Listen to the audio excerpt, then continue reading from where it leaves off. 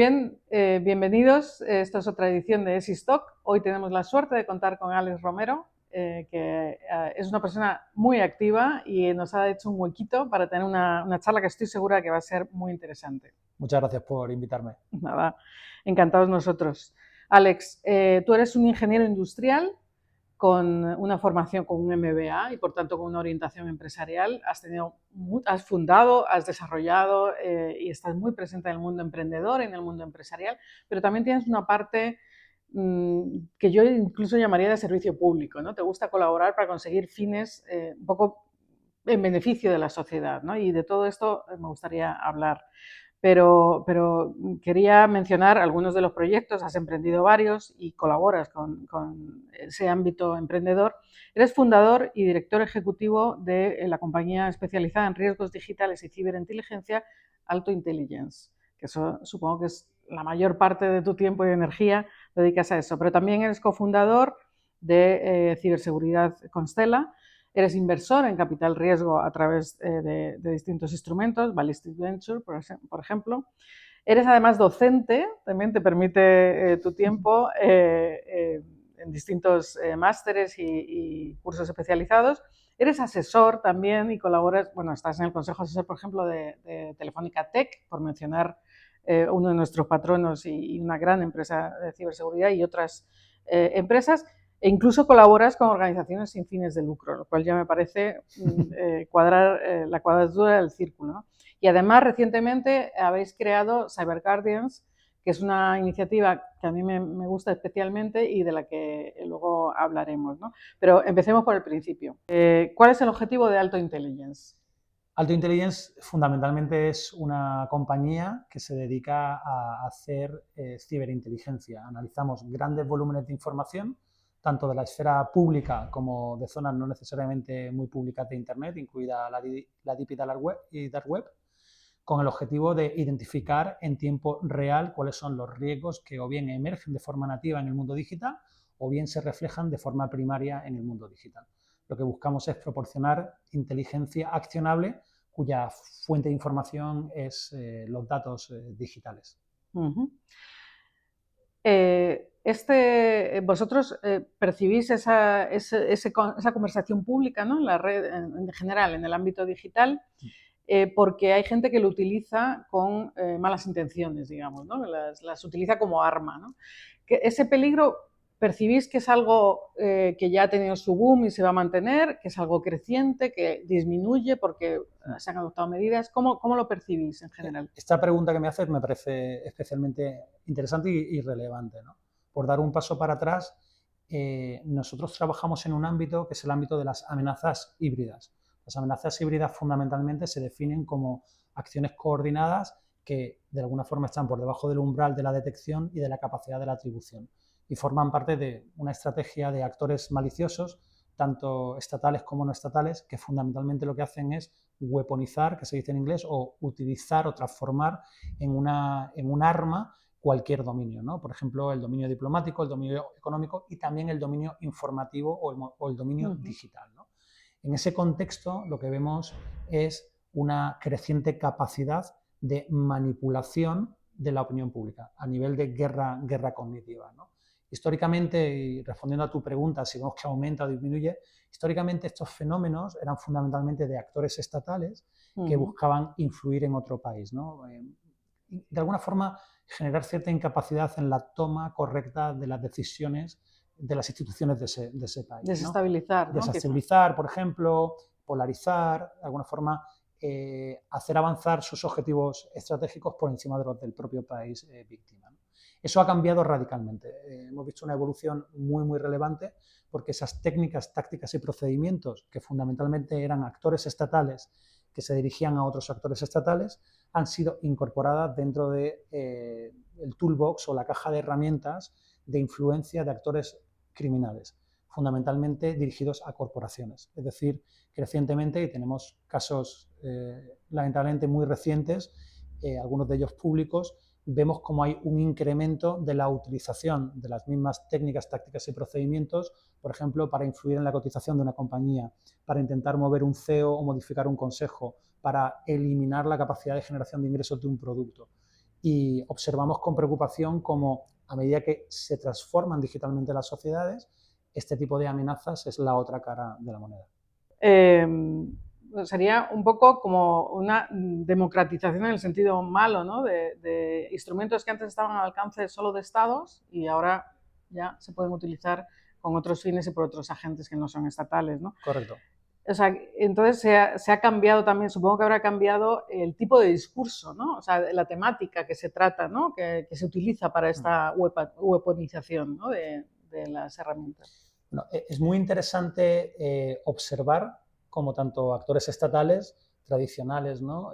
Como pueden ser Rusia, China, Corea del Norte, Irán, etcétera, por un lado inyectan narrativas que son afines a sus intereses de una forma sistemática a través de campañas de lo que se llama operaciones de información, information operations, ¿no? Que es el paraguas bajo el que entra la desinformación y otro tipo de estrategias. Pero también crecientemente vemos cómo utilizan las propias narrativas locales que existen ya en los países, que pueden ser divisorias, que pueden generar cierta polarización para aumentar su capacidad de impacto, ¿no? Es lo que llamamos echar gasolina, por así decirlo, al fuego, ¿no?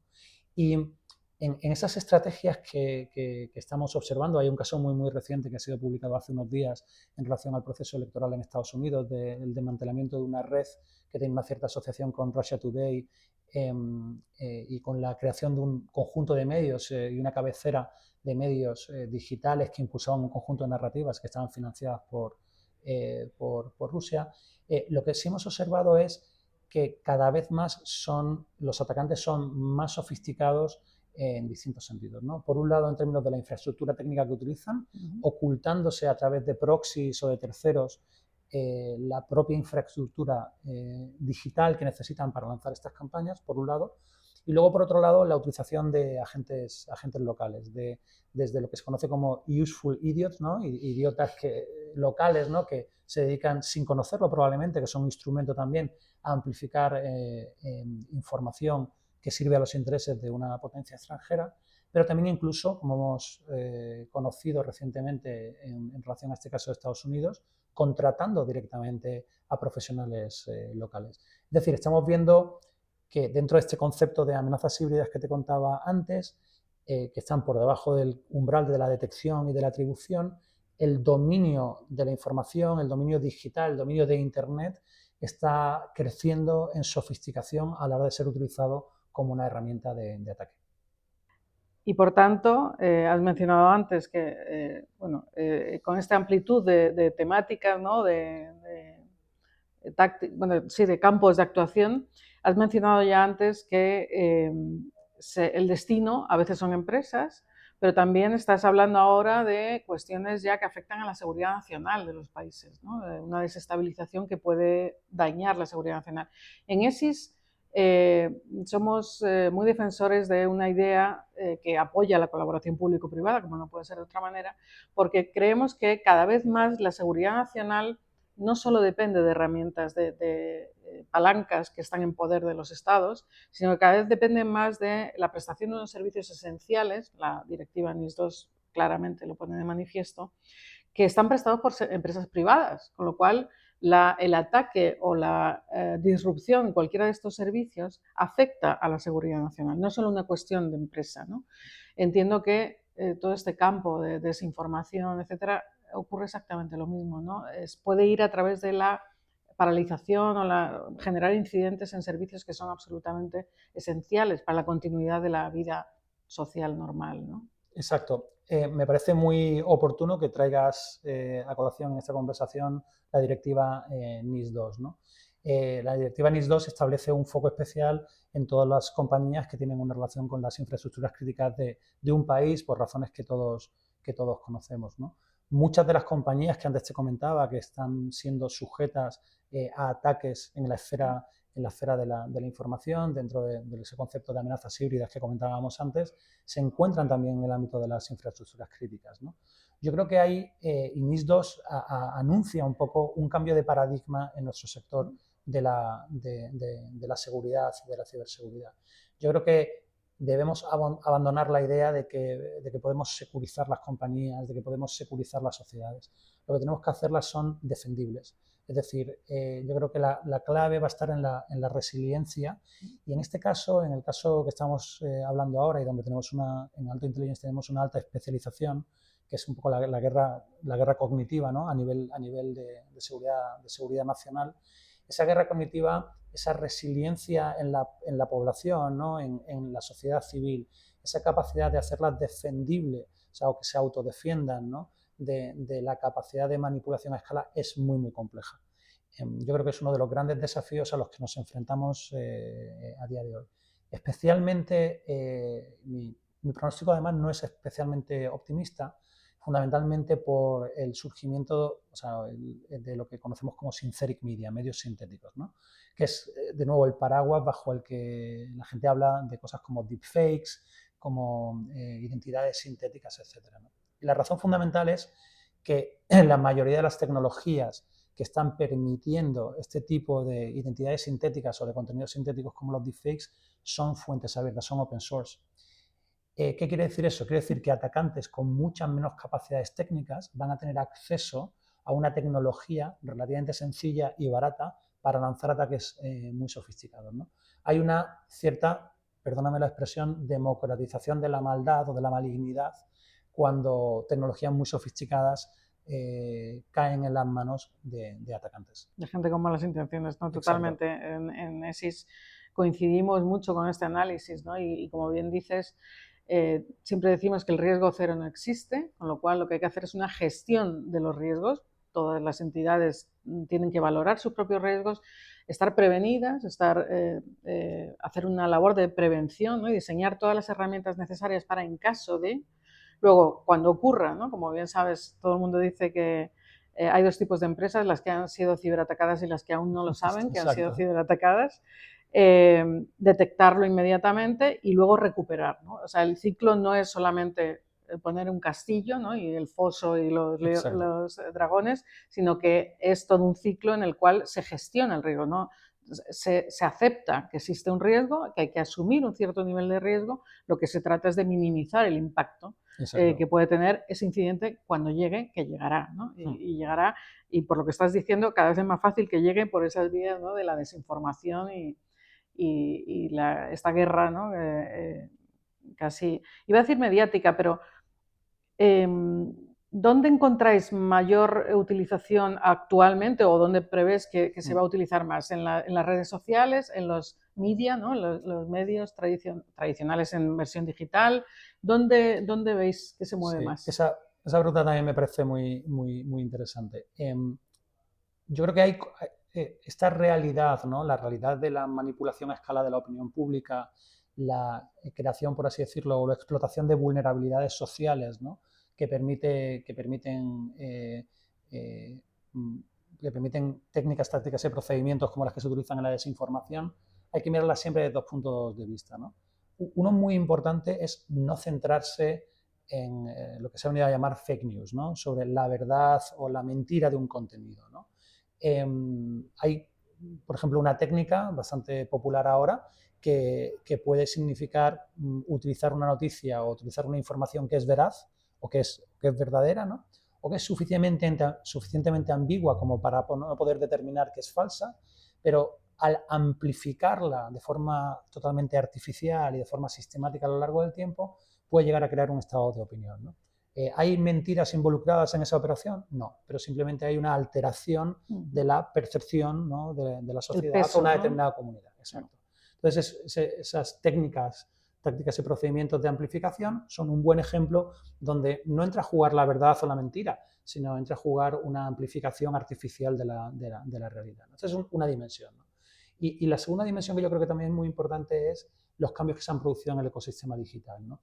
Hace unos años, hace quizás pre-COVID, ¿no? 2016, 2017, había una altísima concentración de la información en los medios digitales, a grandes rasgos en una o dos redes sociales, uno o dos medios principales digitales en cada país y fundamentalmente el ecosistema era relativamente sencillo de ser Acotado. monitorizado y analizado, ¿no?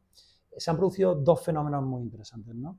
El primer fenómeno que se ha producido es una altísima fragmentación del ecosistema digital, fundamentalmente por razones de carácter ideológico, pero no solo, ¿no? Voy a poner el ejemplo reciente de Brasil, ¿no? En Brasil, como sabéis, se está impidiendo el acceso a Twitter. ¿Qué estamos viendo nosotros? Pues estamos viendo un incremento muy significativo de actividad en dos servicios digitales. El primero es Telegram y el segundo es Blue Sky, ¿no? Que es una alternativa a Twitter, ¿no?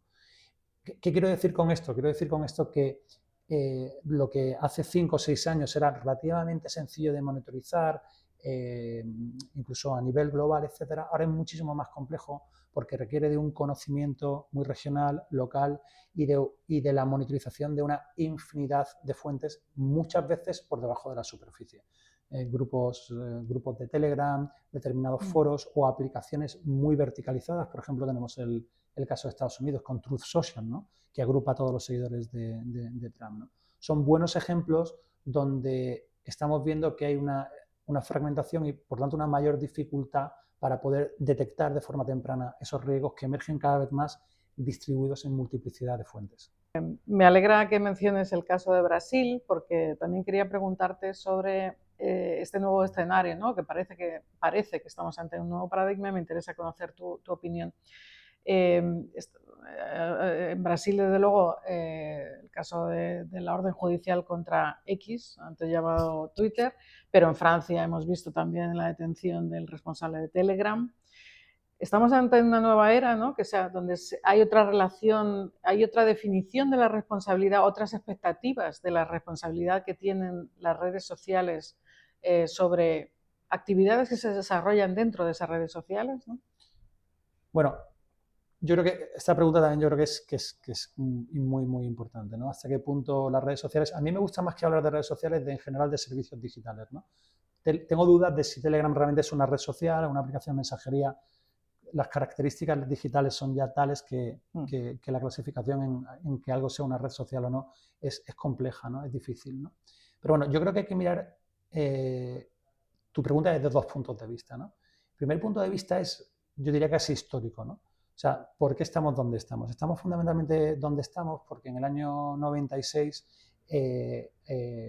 durante la administración de Bill Clinton, el Digital Communications Act, en su sección 230, desvincula en términos de responsabilidad a las plataformas de los contenidos que se vehiculan dentro de esas plataformas, ¿no? Meros conductos. Exacto, son meros pipes, ¿no? meras tuberías donde el contenido circula y donde, utilizando el término americano, no existe liability, no existe una responsabilidad asociado a aquellos que ponen o distribuyen esos conductos, ¿no? Y ahora, si nos ponemos en el presente, yo creo que hay una realización, ¿no? hay un entendimiento ya dentro de las administraciones, sobre todo en el mundo occidental, de que estas tuberías no son pasivas. Esas tuberías toman decisiones a través de los algoritmos para priorizar unos flujos u otros de información y que esos flujos de información tienen un impacto diferente en función del público objetivo al que lleva. Es decir, que no creo que la responsabilidad de las plataformas sea total, porque obviamente no generan el contenido que se inyectan en sus tuberías, pero por otro lado, es verdad que las plataformas sí que toman una decisión en la medida que aplican o no determinados algoritmos que amplifican o no o dirigen determinados mensajes a determinadas audiencias, ¿no?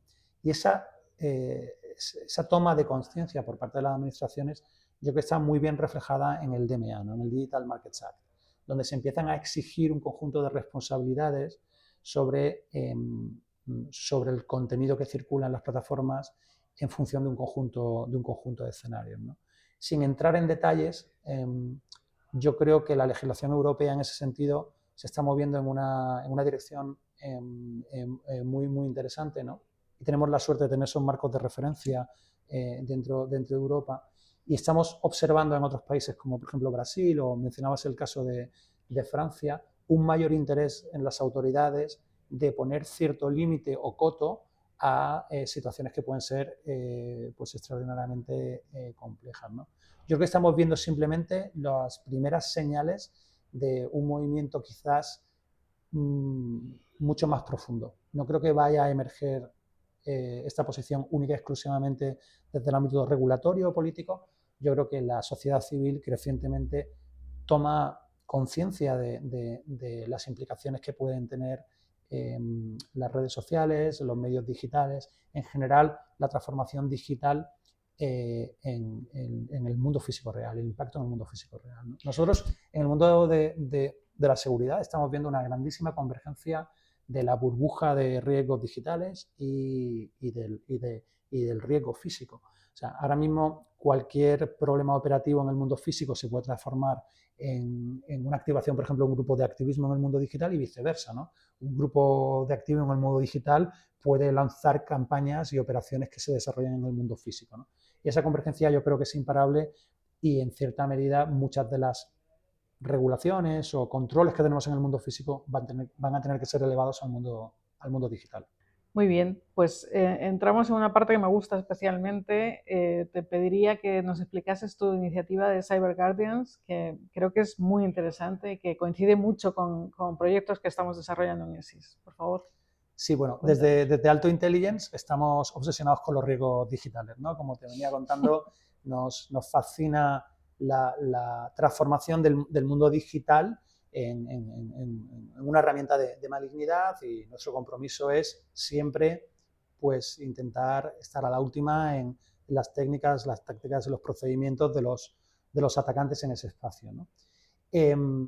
Por otro lado, dentro del equipo que dirijo, ¿no? Tengo la gran suerte de contar con un equipo que tiene mucha sensibilidad en el ámbito social, y todos los años, no es muy conocido, pero todos los años hacemos 1 o 2 análisis sin ánimo de lucro que muchas veces publicamos. Hemos publicado recientemente, hace unos meses, uno muy interesante sobre las redes ilícitas de coordinación de movimientos migratorios en el norte de África. En fin, hemos hecho cosas interesantes en ese ámbito. Y el año pasado empezamos a analizar el impacto de la tecnología digital en colectivos que normalmente no se miran, ¿no? Gente joven o gente muy mayor, ¿no?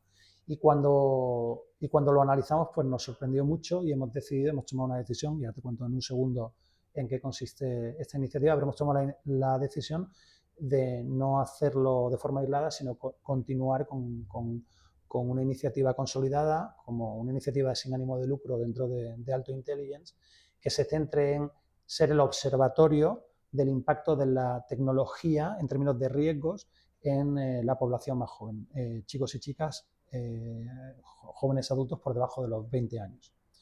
Lo que hemos hecho fundamentalmente, yo creo que es bastante novedoso, es hemos obtenido anonimizados y agregados todos los registros hospitalarios de la Seguridad Social Española entre el año 97 y finales del año 2021. Ahora estamos trabajando en los datos del año 2022 que se acaban de publicar. Esos registros hospitalarios nos dan una visión muy exacta de la salud mental en España, y cuando de alguna forma lo cortamos para menores de 20 años, en grupos de edad de 0 a 10 años, de 11 a 15, de 16 a 20, tenemos una capacidad de entender muy bien hasta qué punto la salud mental en los menores de 20 años, chicas y chicas, está mejor o peor que ahora que en el año 97. ¿no? Eso por un lado. Y luego, por otro lado, hemos analizado la información que existe públicamente sobre la capacidad de esos jóvenes, geográficamente dentro de España, de tener acceso a 3 elementos: Internet sin límites, dispositivos de smartphones y servicios digitales que no han sido pensados con su salud mental como una prioridad, ¿no? Redes sociales, pero no solo redes sociales, ¿no? Entonces, cruzando esos dos bloques de datos, hemos podido establecer 3 cosas muy importantes, ¿no? Primero, si existe o no una crisis de salud mental. La respuesta a esa pregunta es sí, existe una crisis de salud mental. La segunda es hasta qué punto está motivada por la tecnología. La respuesta es, creemos que uno de los factores principales es un uso inapropiado de la combinación de estos 3 elementos en gente muy joven, es decir, Internet sin límite, smartphone y servicios digitales que tienen elementos adictivos. Y un tercer elemento que para mí es muy importante es cuándo se inicia este proceso.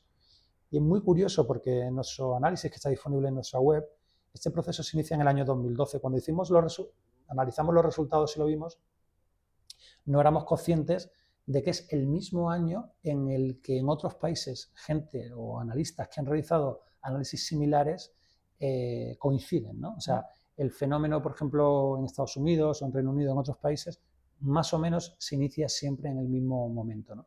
Claro, es que ese cóctel, ¿no?, de smartphones a un precio barato para poder comprárselo a tu hijo o a tu sobrino, internet sin ningún tipo de límites por conectividad de 3G y superiores, con despliegues globales en todos los países o fibra. Y por último, o sea, servicios digitales como las redes sociales o servicios digitales con elementos ciertamente adictivos de las redes sociales, más o menos es un fenómeno global y coincide en el tiempo. Con lo cual hemos observado como casualmente los datos reflejan ese año, ¿no? Y quiero incidir en los resultados puramente hospitalarios que hemos encontrado. Hemos visto un aumento de un 300% de los casos de salud mental en adolescentes de menos de 20 años desde el inicio de la serie histórica. Hemos visto que además hay una mayor incidencia en chicas. El 75% de los menores de 20 años que deben ser hospitalizados por un problema de salud mental son mujeres, son chicas o mujeres, ¿no? De las cuales el 95%, además de un problema de salud mental, tienen un problema asociado de desórdenes alimenticios, o bulimia o anorexia, ¿no?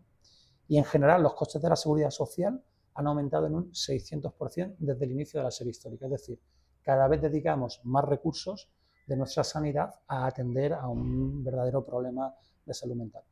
Lamentablemente, cuando miramos otras informaciones que no son de la seguridad social, como por ejemplo el número de suicidios entre menores de esa edad, o por ejemplo las llamadas de atención o de apoyo que reciben asociaciones como ANAR, reflejan los datos básicamente esa misma realidad, ¿no? Así que hemos centrado esta iniciativa de Cyber Guardians en dos áreas. La primera, tres áreas, ¿no? La primera es continuar con estos análisis, continuar entendiendo esta realidad y viendo si las políticas que se van a ir adoptando en los próximos años mejoran o no la situación de la salud mental. Lo segundo es recomendaciones para padres y educadores. Yo animo a todo el mundo a que visite nuestra web, cyber-medioguardians.org, porque tenemos un enlace directo con la Asociación Española de Pediatría, donde los padres pueden recibir información muy cualificada de la Asociación Española de Pediatría con recomendaciones concretas sobre cómo realizar un plan digital en función de la edad de los menores, ¿no? Y por último, queremos también activar a la sociedad civil. Creemos que hay un cierto desconocimiento sobre esta realidad. Es verdad que la salud mental es algo de lo que no se suele hablar, y menos si involucra a menores, pero creemos que es importante sensibilizar a la sociedad para que haya un cambio regulatorio. Creemos que es muy, muy importante que haya una reflexión profunda, que estudios como el nuestro sean corroborados por otros y que de alguna forma no queden simplemente en una pequeña alarma social, sino que realmente lleven a realizar cambios importantes en el consumo que nuestros adolescentes y menores de 20 años tienen de estos servicios digitales. Nosotros creemos que una vida digital sana es posible, pero hay que hacer cambios.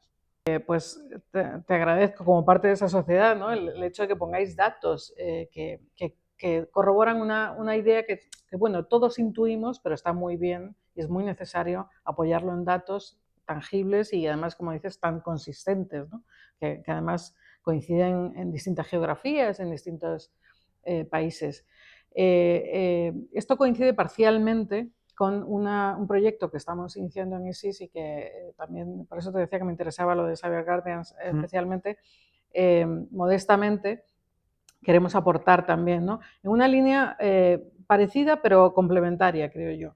En nuestro caso, nuestra preocupación es el acceso, la exposición de los menores y sobre todo el acceso sin límites, como bien decías, a contenidos que son contenidos legales, pero son contenidos diseñados para adultos y por tanto la exposición de menores puede causarles algún daño en su desarrollo personal, moral. ¿No? Claro.